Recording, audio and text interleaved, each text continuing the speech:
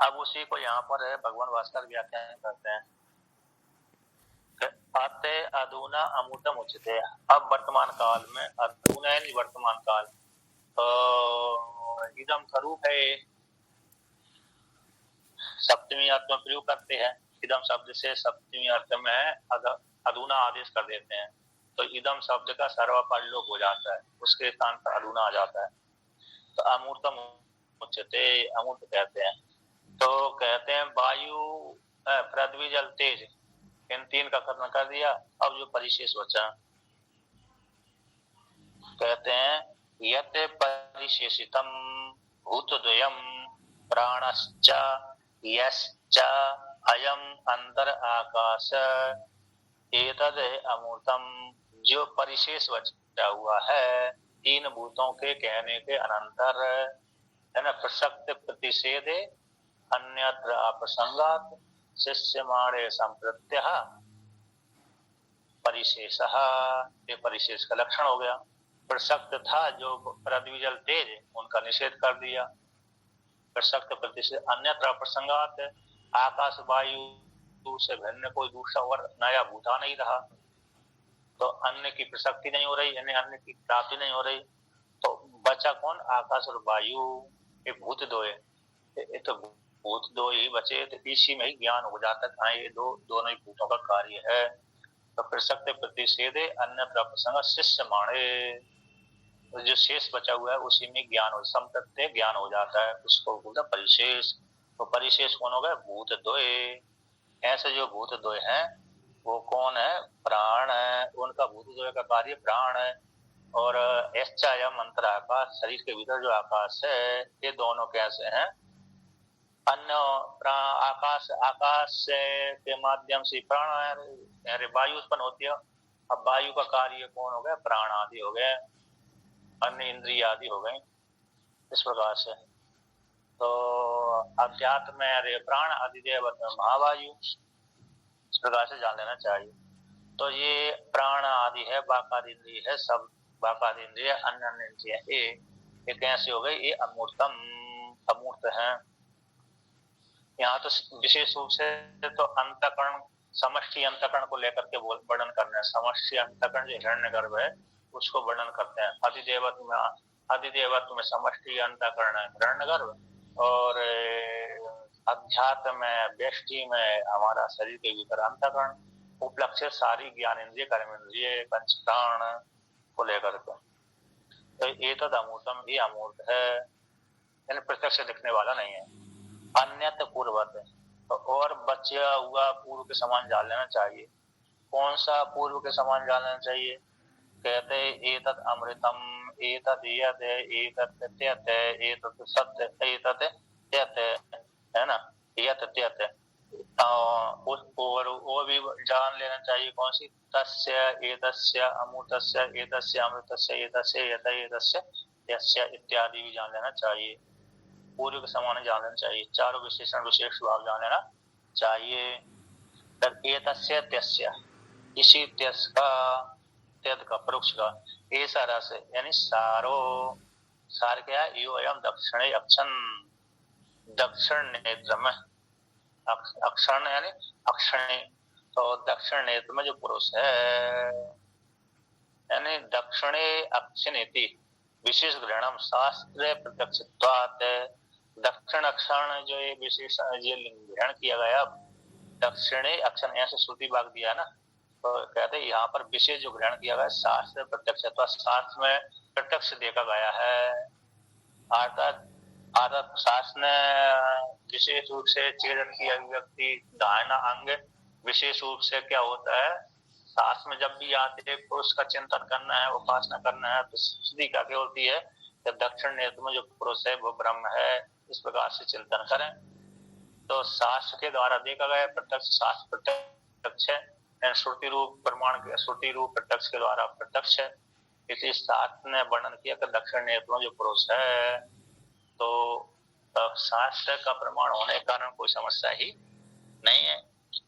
तो इसलिए तो विशेष रूप से शास्त्र के द्वारा प्रत्यक्ष, वेद के द्वारा प्रत्यक्ष है। इसलिए श्रुति ने देखा कि दक्षिण दाहिने नेत्र में पुरुष विद्यमान है। अब वो अधिदेव अर्थ में ये पुरुष हो गया, अध्यात्म में ये पुरुष हो गया, अधिदेव अर्थ में सूर्य मंडल के भीतर पुरुष हो गया, तो दोनों को एक कर सकते हैं। तो यहाँ पर इसी को टीका में वर्णन किया है, शास्त्र शास्त्र का वेद उपदेष्टु, 6 नंबर टिप्पणी में दिया, वेद का उपदेष्टा ईश्वर का, ईश्वर के द्वारा रचित शास्त्र है ना, वेद का उपदेश करने वाले ईश्वर, उस ईश्वर के द्वारा रचित शास्त्र का, तेन व अथवा उसी के द्वारा, शास्त्र के द्वारा, इस शास्त्र के द्वारा तो उपदेष्टा ईश्वर का, तो शास्त्र द्वारा, दक्षिणे अक्षिणी दक्षिण नेत्र में विशेषणस्य प्रत्यक्षत्वात्, विशेष का विशेषस्य प्रत्यक्षत्वात्, विशेष का प्रत्यक्ष है, तो शास्त्र के द्वारा दर्शन में ही विशेष रूप से जाना जाता है, प्रत्यक्ष बोध कराया गया है। जहाँ भी कहीं बोलते हैं कि चेतन जागृत अवस्था में चेतन कहाँ रहते हैं, दक्षिण नेत्र में रहता है, स्वप्न अवस्था में चेतन कहाँ रहता है, कंठ में रहता है, सुषुप्ति अवस्था में चेतन कहाँ रहता है, हृदय में रहता है। ऐसे अन्य अन्य श्रुतियां वर्णन करती हैं, और प्रत्यक्ष और जो अनुमान प्रमाण आदि है, ये भी कैसे कि दाहिने नेत्र में आदि प्रत्यक्ष की अनुभूति कराते हैं, प्रधान अंग मानते हैं कि जब भी हम कोई कार्य करते हैं, चाहे चलते हो, चाहे कोई कार्य करते हो, चाहे कोई इशारा करते हो, जैसे आंख के द्वारा इशारा करने हैं तो हम बाएं नेत्र से इशारा नहीं करते, किसी को बुलाना है इशारे के द्वारा, तो दाहिने नेत्र के द्वारा ही हम इशारा करते हैं। और जब हम किसी से युद्ध करने के लिए जाते हैं तो बाएं हाथ से प्रहार नहीं करते, दाहिने हाथ से प्रहार करते हैं। तो इसी दाहिने हाथ, और हम जब घर से निकलते हैं, पहला पैर आगे बढ़ाते हैं तब दाहिना पैर ही बढ़ाते हैं, इसलिए पूरे शरीर में दाहिना अंग प्रधान है, इसलिए दाहिने अंग में चेतनता ज्यादा अभिव्यक्ति होती है, इसलिए उसी को लेकर के यहाँ पर वर्णन कर दिया कि दक्षिण नेत्र में पुरुष है, विद्यमान रहता है, शास्त्र द्वारा जाना जाता है। यद्यपि पूरे शरीर में चेतन विद्यमान है, किंतु प्रधान रूप से यहाँ पर इस अंग में जान लेना चाहिए।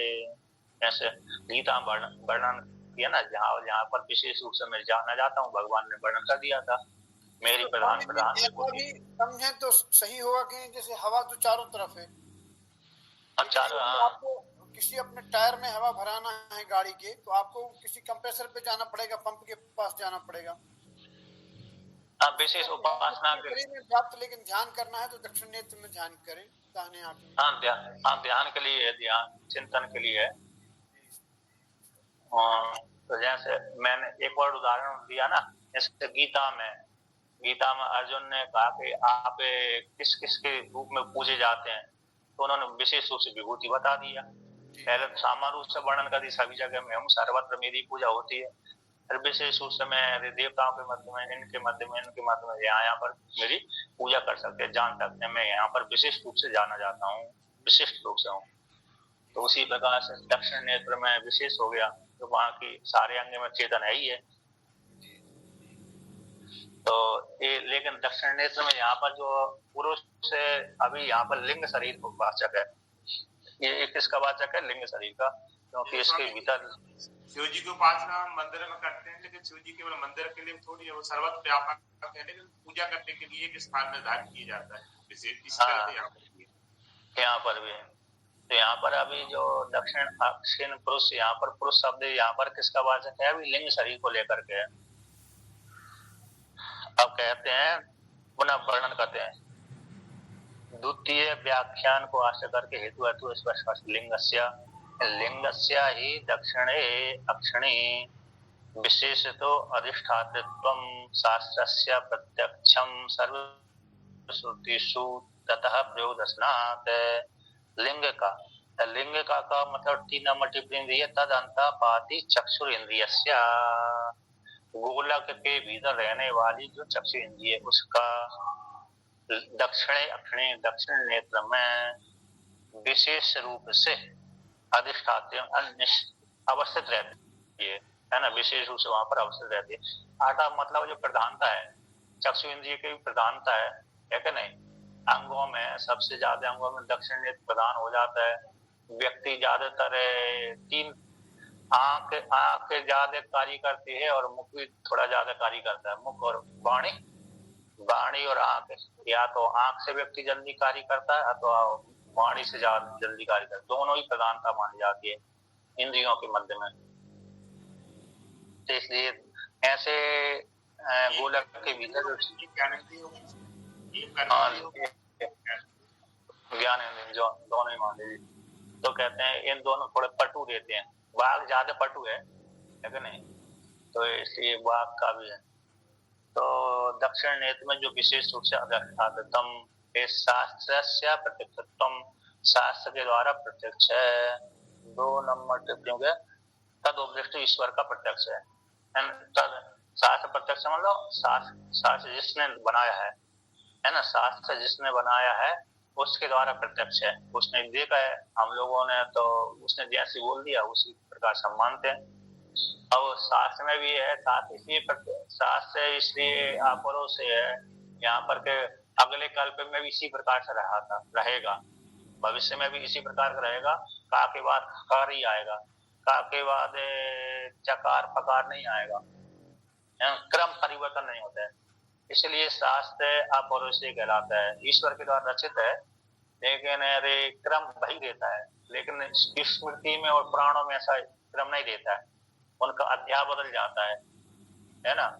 और लेकिन इसमें वेद में अध्याय नहीं बदलता, मंत्र की संख्या नहीं बदलती, अरे क्रम नहीं बदलता, जैसा है वैसा, चाहे पूर्व के कल्पों में हो, चाहे वर्तमान के कल्प में हो, अथवा भविष्य वाले कल्पों में हो, अगली सृष्टि में भी हो, चाहे पूर्व की सृष्टि में हो, एक ही क्रम रहता है।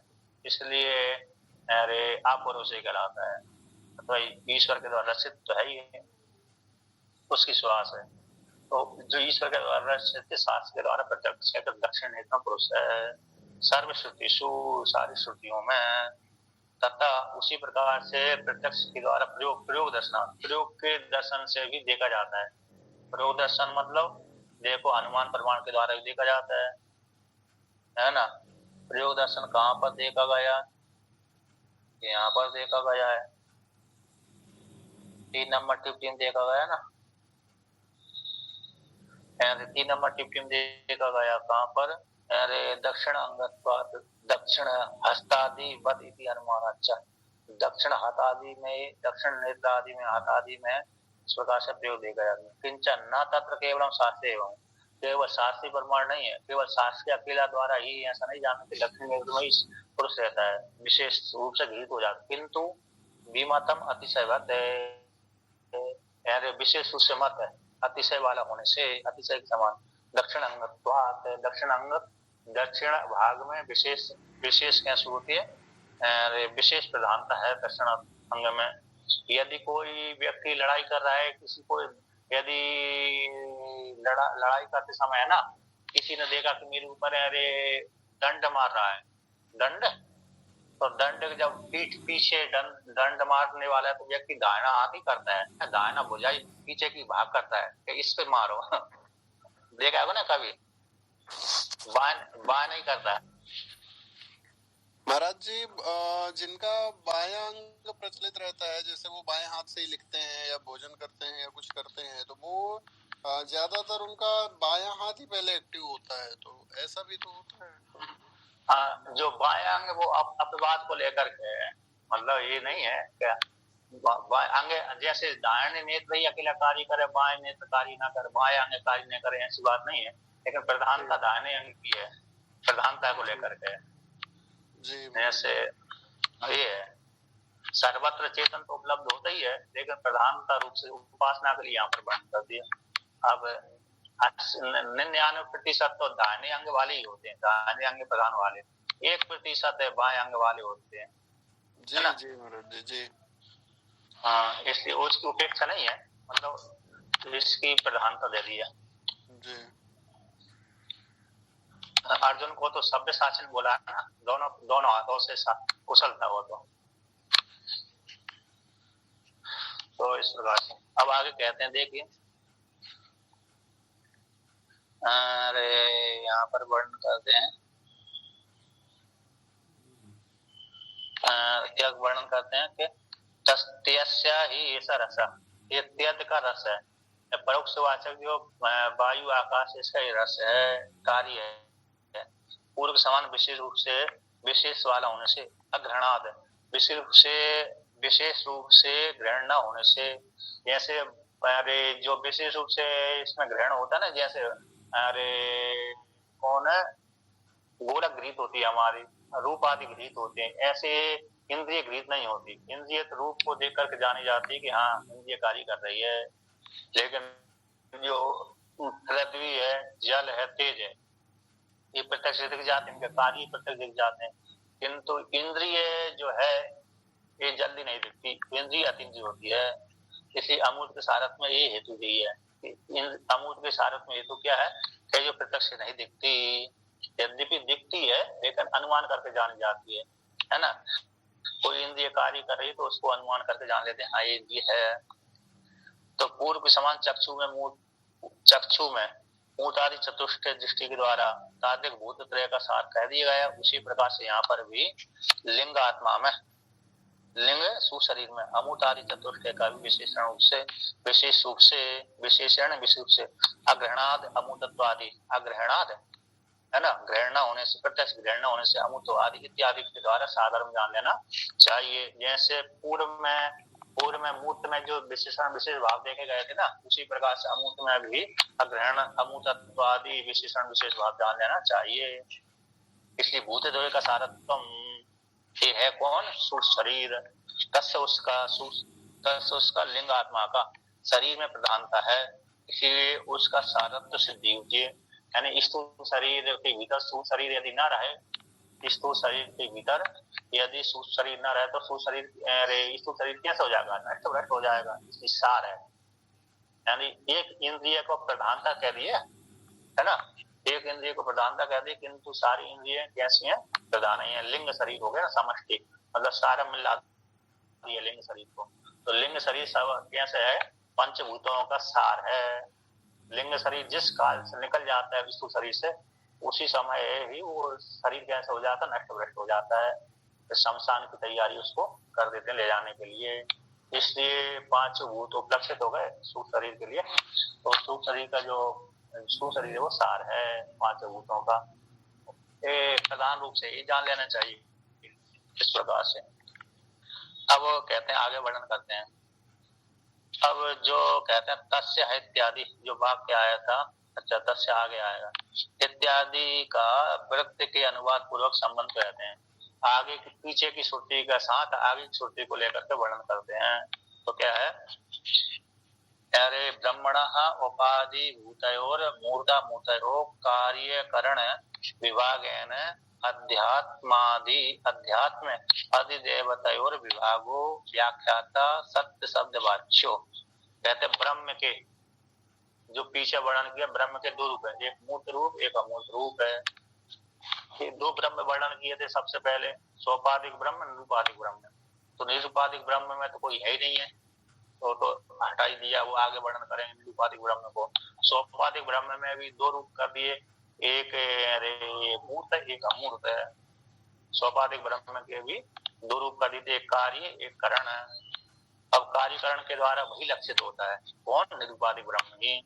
तो ब्रह्म के जो उपाधि गुण थे मूर्त अमूर्त है, जो कार्यकरण विभाग के द्वारा कार्य स्थूल शरीर हो गया, करण हो गया, सूक्ष्म शरीर हो गया, इसके द्वारा इसके विभाग यानी विशेष रूप से अध्यात्म और अधिदेवत है।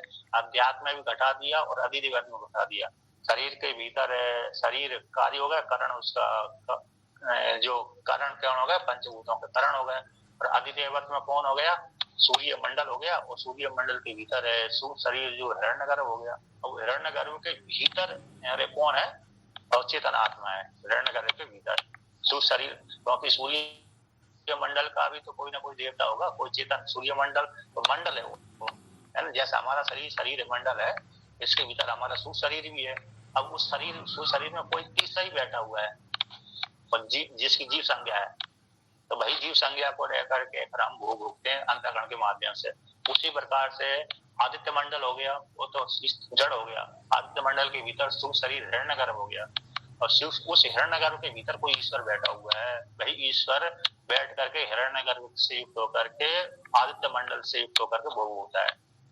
ठीक है ना, ऐसा समानता कर लेना चाहिए। जैसे हमारा शरीर स्थूल शरीर हो गया, स्थूल शरीर के भीतर सूक्ष्म शरीर हो गया, उस सूक्ष्म शरीर के भीतर है चेतन जीवात्मा है जो ब्रह्म की अविद्या को लेकर के जीव संज्ञा जिसकी हो गई है, तो वही भोग भोगता है इस सूक्ष्म शरीर के माध्यम से।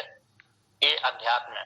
अधिदेवत में आदित्य मंडल शरीर हो गया, आदित्य मंडल के भीतर उसका सूक्ष्म शरीर हिरण्यगर्भ हो गया, हिरण्यगर्भ के भीतर है जो चेतन जीवात्मा रूप ईश्वर बैठा हुआ है। भाई चेतन जीव रूप ईश्वर है सूक्ष्म शरीर रूप हिरण्यगर्भ में बैठ करके हिरण्यगर्भ के माध्यम से भोग भोगता है। यानी यद्यपि हिरण्यगर्भ हो रहा है ना, किंतु आरोप किस हो रहा है? आरोप हो रहा है ईश्वर में, कि ईश्वर भोग रहा है। पंचदशी ने ऐसा ही इसी को वर्णन किया है। पंचदशी में ईश्वर रूप से वर्णन किया कि तू चिदाभास ने भोगा है, इसलिए तू ही उसको भोग फल। मैं तो भोगता भी नहीं हूँ, मैं तो भोगता भी नहीं हूँ। तो तूने ऐसा कार्य किया, तूने एक गलती करी थी, अब तेरे को मैं दंड दूंगा, इसलिए तू ही ऐसा फल भोग। ऐसा पंचदशी में स्पष्ट बोला है। और चिदाभास जो है उपाधि को वहां पर सुख दुख होते हैं, उपाधि को ज्ञान होता है, तो इसलिए तुझ उपाधि को मैं दंड देता हूँ, ऐसा बोला है पंचदशी काल में। इस प्रकार से मन के जो धर्म थे चेतन में आरोप कर देते हैं। इस प्रकार से अब उसी को यहाँ पर वर्णन करते हैं कि अध्यात्म और अधिदेवत्म दोनों विभागों का व्याख्यान कर दिया गया है। ता प्रत्यय जो किसका वाचक होता है? ता प्रत्यय भूतकाल का वाचक होता है। और किस शब्द के द्वारा व्याख्यान कर दिया गया है? सत्य शब्द वाच्य। सत्य तो पहले ब्राह्मण में एक शब्द आया था सत्य से सत्यम। जय परमात्मा सत्य का भी सत्य है। तो पहले जो षष्ठी वाचक शब्द था, षष्ठी विभक्ति का जो सत्य था, उस सत्य का व्याख्यान हो गया। जो सत्य शब्द वाच्य कौन हो गए? उपाधिभूत ब्रह्म के दो रूप है, वो एक मूर्त हो गया, एक अमूर्त हो गया। इस प्रकार से कहते हैं तथा इदानी अब वर्तमान काल में उसी के अब जो मूर्त और मूर्त को समष्टि रूप है, मूर्त ब्राह्मण मूर्त को लेकर के अमूर्त ब्रह्म के जो दो रूप थे मूर्त अमूर्त, अब उसका समष्टि रूप जो हिरण्यगर्भ है, समष्टि रूप जो हिरण्यगर्भ है, उसके विषय में वादियों को क्या होता है? शंका होती है। अब उसका रूप वर्णन करते हैं। इसी में ही सारे धर्म होते हैं, इसी में सारा संसार है। मूर्त में हिरण्यगर्भ अंतःकरण, समष्टि में हिरण्यगर्भ में, व्यष्टि में हमारे अंतःकरण में, है ना। अब इसी में कुछ लोग भ्रांत हो जाते हैं। अब उसी को निर्धारण करने के लिए, उसके रूप बताने के लिए, पर उसको ये त्याग करने योग्य है। समष्टि में हिरण्यगर्भ हो गया, व्यष्टि में अंतःकरण हो गया। किसमें हो गया? समष्टि में हिरण्यगर्भ हो गया और व्यष्टि में अंतःकरण, ये दोनों त्याग करने के योग्य हैं। अब समष्टि में अंतःकरण रूप हिरण्यगर्भ का क्या रूप है और व्यष्टि में अंतःकरण रूप है हिरण्यगर्भ का क्या रूप है, उसको इस श्रुति वर्णन करती है। ये ब्रह्म का ही कार्य है। ब्रह्म इसी जड़ से ही परमात्मा रूप ब्रह्म की प्राप्ति होती है। तो इसके लिए यहाँ पर श्रुति कहती है। तो पाठ करते हैं, तो उस हिरण्यगर्भ के रूप को निर्धारण करते हैं। तस्य हा एतस्य पुरुषस्य रूपम्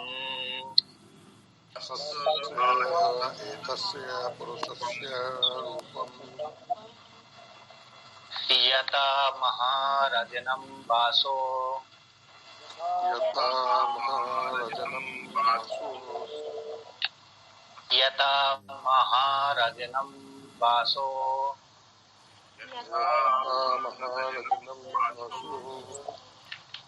यथा पांडवादिकम्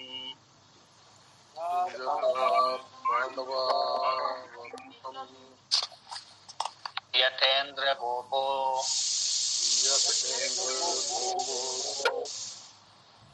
यथा अग्नि अर्ची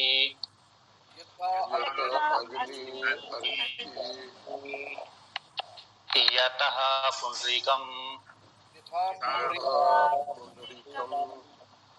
यतः सकृद विद्युतम्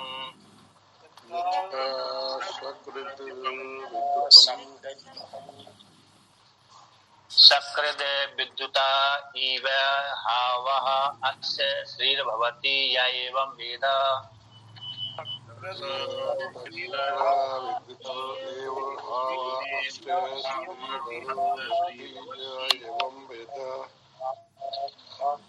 अतात आदेशो नेति नेति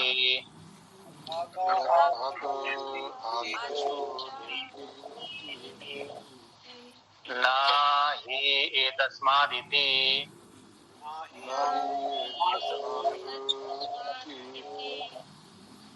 न इति अन्यत् परम् अस्ति।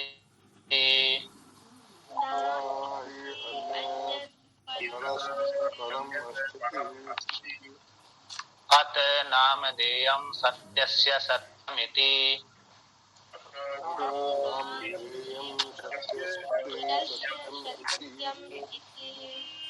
प्राणा वै सत्यं तेषाम् एष सत्यम्।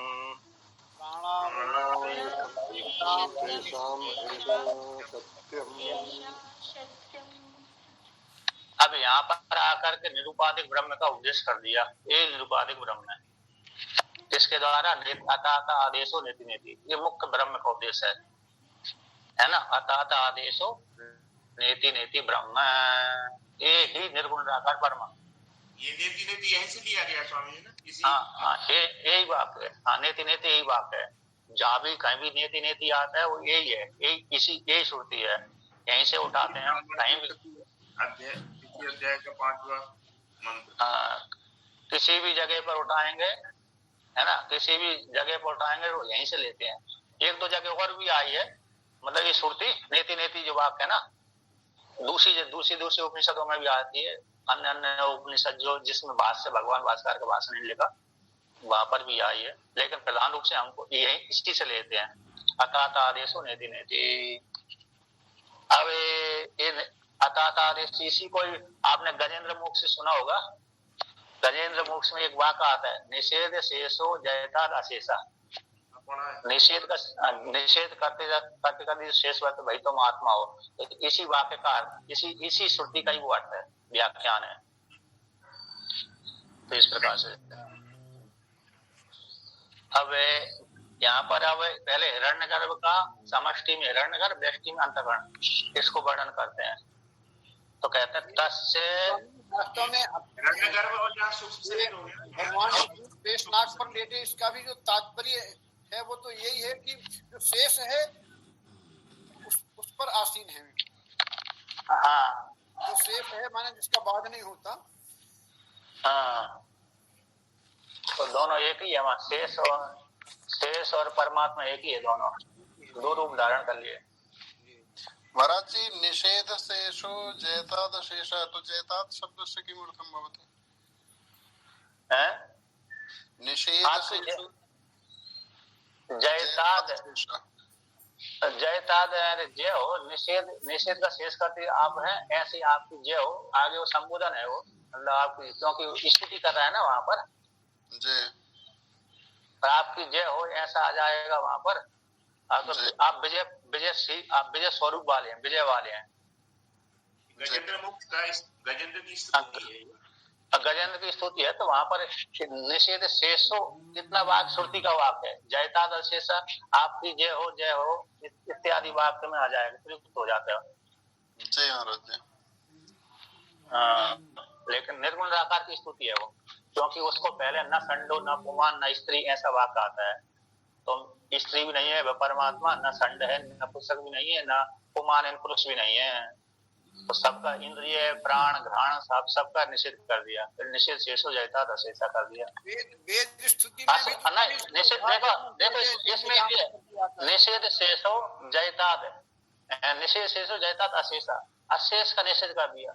जितना भी प्रपंच आदि दिख रहा है ना, जयताद जो जितना भी जीतने योग्यता से जो भी है, जी स्तुति नहीं भी लेना है, तो जितना भी जो जीता जाता है, जितना देखा जाता है वो सारा उस सबका निषेध कर दिया। तो निषेध का अशेष सबसे निषेध कर देने से शेष बचा वो ही हो जाएगा। तो उसमें यदि संबोधन नहीं है, यदि विधि वो क्रिया वाक्य नहीं है, क्रियापद जयताद को, जयताद में से कहाँ विधि लिंग लग रहा है ना, जयताद, जी जी महाराज जी। हाँ, लिंग लकार भी सा भी ऐसा लग रहा है। अतः जय हो आपकी जय हो, इस प्रकार से निर्गुण आकार परमात्मा की स्तुति हो गई वहां पर। लेकिन इसी श्रुति का व्याख्यान है वो जी। और दूसरा एक और महाराज जी लोट लकार है शायद, जयतु जयतात जयताम जयंतु। हाँ वहां का भी है विधि। हाँ लोट लकार आ गया, स्तुति कर रही आपकी जय। जयेत बनेगा ना, जयेत जयताम जयंतु ऐसा करके। हाँ लोट लकार में भी लोट आपकी जय हो आज्ञा में चलता है, वो भी स्तुति आपकी जय हो इस प्रकार। तो दोनों उसमें ऐसे जान लेना चाहिए। जी स्वामी जी। और श्वेतास्तर उपनिषद की एक श्रुति आती है, तुम स्त्री तुम कुमान तुम नपुंसक तुम कुमार अथवा कुमारी तुम दंडन वंचसी, ये श्रुति आती है। उसका भी ये व्याख्यान है गजेंद्र मोक्ष से। तो देखिए अब आगे वर्णन करते हैं कि तस्य हा एतस्य पुरुषस्य, उसका इसका जो सत्य षष्ठी विभक्ति के द्वारा सत्य शब्द का है उसी का, जो ब्रह्म के रूप है उसका, पुरुष का यानी किसका, हिरण्यगर्भ का, लिंग शरीर का। इसका समष्टि में हिरण्यगर्भ का, व्यक्ति में हमारे लिंग शरीर का ये रूप है ना, लिंग शरीर का ये रूप है। अब लिंग शरीर में क्या रूप है, तो लिंग शरीर में ही हमारे लिंग शरीर वो अंतःकरण है, लिंग शरीर वो अंतःकरण है। उस अंतःकरण में स्त्री की वासना, पुरुष की वासना, काम की वासना, क्रोध की वासना, सारी वासना बैठी ये रूप है। काम क्रोध लोभ मोह अहंकार आदि सारी इसी का ये रूप है।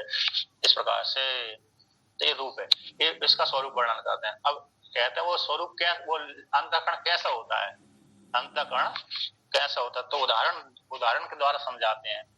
यथा महारजनम वासो, जैसे वास यानी वस्त्र, जैसे स्वच्छ वस्त्र था उसके ऊपर रंग दिया हल्दी रख दी, हल्दी डाल दी, हल्दी डालते ही वो रंग वस्त्र कैसा हो गया, पीला पड़ गया है ना। तो हमारा अंतःकरण कैसा हो, वो वासनामय होकर के पीला हो गया, पीला पीला।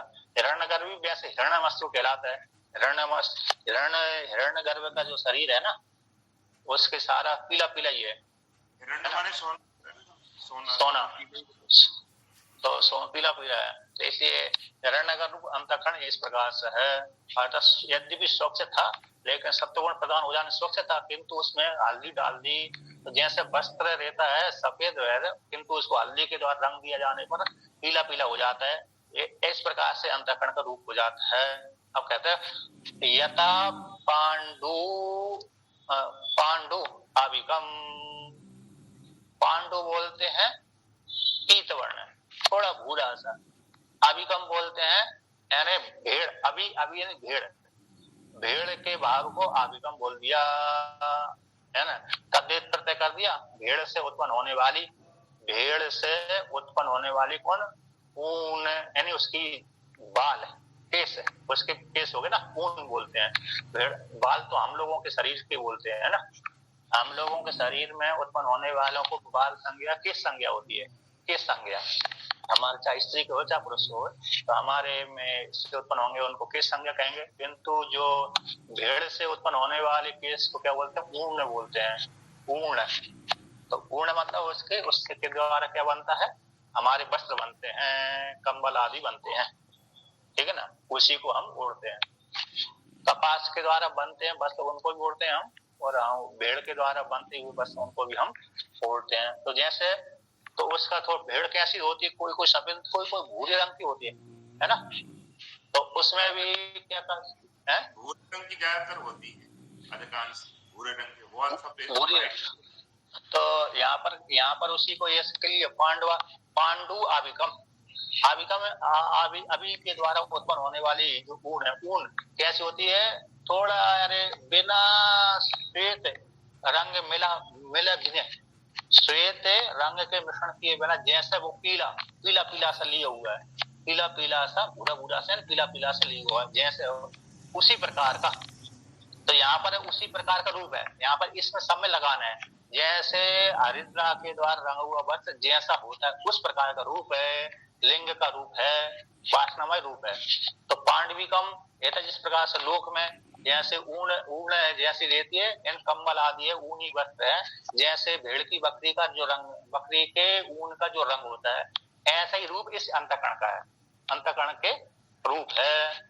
और यथा इंद्रगोपो, जैसे इंद्रगोप अत्यंत रक्त है, इंद्रगोप्त का अर्थ कर दिया भगवान भास्कर ने कि अत्यंत रक्त है। जैसे अत्यंत लाल रंग का कीड़ा है ना, तो बरसाती जैसे कीड़ा, तो जैसा लाल रंग का जो कीड़ा होता है, उसी प्रकार से ऐसा अंतःकरण का रूप है।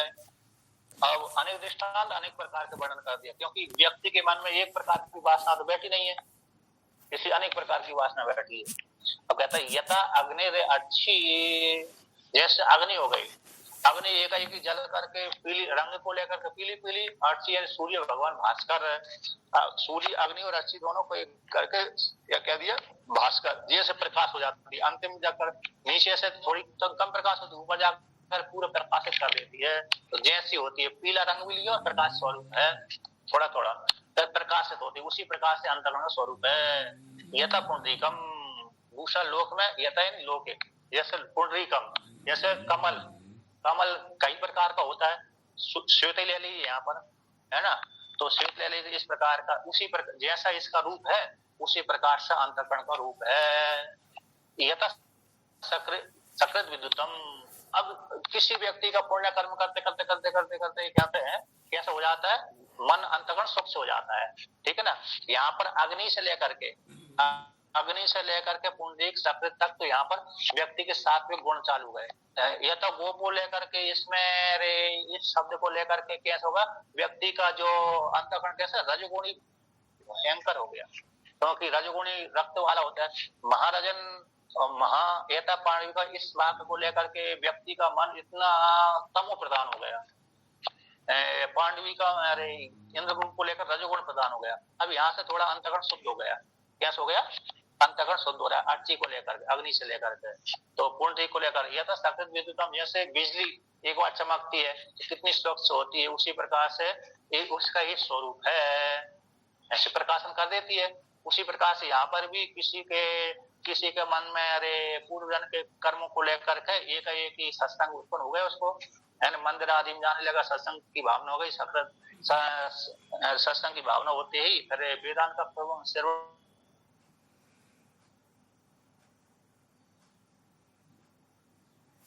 इस प्रकार से वो, तो जो इस प्रकार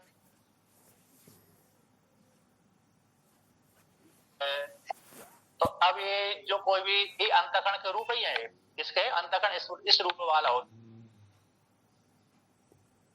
वर्णन कर दिया कि जीव में एक प्रकार की वासना नहीं होता, और अरे वासना के हेतु भी एक नहीं होते, है ना। कोई किसी की स्त्री का वासना के हेतु स्त्री अकेली हो या तो पुरुष ही अकेली हो, वासना के हेतु नहीं। अनेक वर्ग, धन की वासना होती है, पुत्र की वासना होती है, पत्नी की वासना, स्त्री लड़की लड़का आदि की वासना होती है, भूमि आदि की लेकर के होती है, और शत्रु मित्र को लेकर के भी होती है, शत्रु मित्र से भी वासना बन जाती है, तो सभी प्रकार से वासना बन जाती है, इसलिए अनेक दृष्टांत दिए गए। अब कहते हैं जो इस प्रकार से अंतःकरण के स्वरूप को जानता है, इस प्रकार के ये सारे अंतःकरण के रूप हैं, मेरे नहीं है ना, इस प्रकार से जानता है, तो अब उसका फल वर्णन करते हैं। तो सकृत विद्युता एव, विद्युता एव, विद्युत के समान, विद्युता एव, विद्युत एव समान। तो एक बार इस प्रकार से जानता है, तो जैसे बिजली एक बार चमक करके पूरे जगत को प्रकाशन कर देती है, बिजली जैसी चमकती है ना, उसी काल में जितना भी अंधकार था उसी काल में समाप्त हो जाता। उसी प्रकार से जिसके हृदय में एक बार में परमात्मा व्यक्त हो जाता तो ज्ञान हो जाता है, तो उसको आनंद की प्राप्ति हो जाए, सब कुछ जान लेता है कि हा वह, ये हा और बे जो दो अव्यय हैं, ये निर्धारण करने के लिए, अवधारणा अर्थ निश्चय करने के लिए, निश्चित हाँ ऐसा ही है। क्या है कि अस्य शरीर भवती एवं वेदा, जो इस प्रकार के जानकर उपासना करता है, अरे ये मेरे धर्म नहीं है, आत्मा का धर्म नहीं है, बल्कि अंतःकरण के धर्म है, ये हिरण्यगर्भ का धर्म है। जितना भी ऐश्वर्य जो दिख रहा है सारा हिरण्यगर्भ का ऐश्वर्य है, मेरे मन का खेल है ना, मन के धर्म है, मेरे धर्म नहीं है। तो अस्य से साधक को श्री यानी ख्याति भवती, ख्याति फैल जाती। आता उस इस प्रकार से हिरण्यगर्भ की उपासना करेगा, तो हिरण्यगर्भ की उपासना करने से जानने से, चिंतन करने से उसको इस प्रकार की ख्याति आदि प्राप्ति हो जाती है। तो लक्ष्मी, अरे उपासना का फल है, मतलब लक्ष्मी आदि प्राप्ति हो गई। और ये ज्ञान के द्वारा चिंतन करेगा तो क्या हो जाएगा, वो दे सारा विस्तार तो मन का धर्म है, मेरा तो धर्म ही नहीं है बिल्कुल। अध्यात्म घटाएगा जीवात्मा तो ये तो कह रही सारा धर्म में उपाधि आदि बन के हैं, मेरे तो बिल्कुल नहीं है। और उपासना का फल करेगा, ये तो हिरण्यगर्भ की उपासना करने से उसको ऐश्वर्य प्राप्त होगा, है ना। दोनों प्रकार से, तो दोनों प्रकार से भवजात अन्नादो भवति वो भी हो जाता है, उसके बाद अन्न रहता है, अन्नवान अन्नादो भवति तो हो जाता है। ये तो हो जाए। हिरण्यगर्भ की उपासना करने से सब कुछ ऐश्वर्य आ ही गया, है कि नहीं। तो फिर उसके विषय में तो कहने की क्या, मतलब कहना ही नहीं, मतलब हिरण्यगर्भ सबसे बड़ा देवता है। तो इस प्रकार से अब ये जो हिरण्यगर्भ तक ये ब्रह्म के रूप थे, ब्रह्म का मूर्त रूप अमूर्त रूप है। अब क्या त्याग करने योग्य है कि निकृष्ट है, यही है। अब हे भावना करके ही त्यागा जा सकता है, यदि ये नहीं करेंगे तो त्याग ही नहीं कर सकता। जब तक हमने किसी स्त्री में दोष नहीं लगाया अथवा पुरुष में दोष नहीं लगाया, तो फिर वो स्त्री के प्रति जो राग था वो राग निवृत्त होगा ही नहीं, पुरुष के प्रति जो राग था वो राग निवृत्त होगा ही नहीं।